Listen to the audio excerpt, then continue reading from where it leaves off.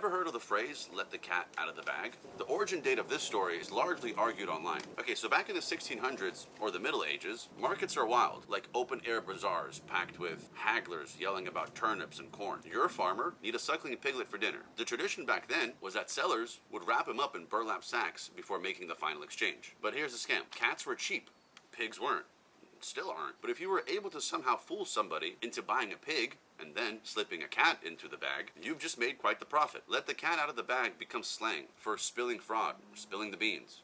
That's another one, actually. He let the cat out of the bag, like he told everybody that, we're committing fraud. It spreads fast. By the 1700s, it's a full-on proverb. Don't buy the unseen, because life is full of sneaky surprises. The other explanation to this phrase, and a far less likely theory, suggests that the phrase referred to the cat-o'-nine-tails whip, which was supposedly kept in a bag on naval ships. And when it came down to punish a sailor, the cat would be let out of the bag, or the whip would be taken out, which also kind of blew my mind, because I had no idea such punishments were ever handed out in the Navy. Then, of course, I got curious and did a little bit more research on this and found out that this practice was a brutal reality for the naval life until it was officially abolished in the U.S. Navy and on U.S. merchant ships by an act of Congress on September 28, 1850. Man, we had some really interesting ways of punishing each other back in the day. Like, comment, and sub for more interesting stories.